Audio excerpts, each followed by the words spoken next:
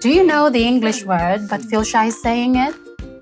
Sometimes the problem is not vocabulary, it's pronunciation.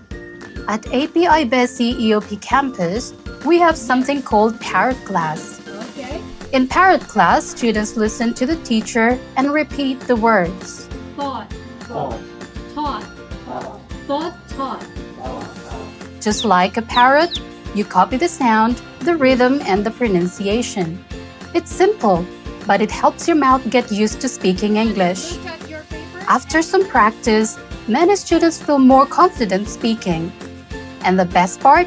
Parrot class is optional. You can join when you want extra practice. Small practice, big improvement. That's Parrot class at APIBECI EOP campus.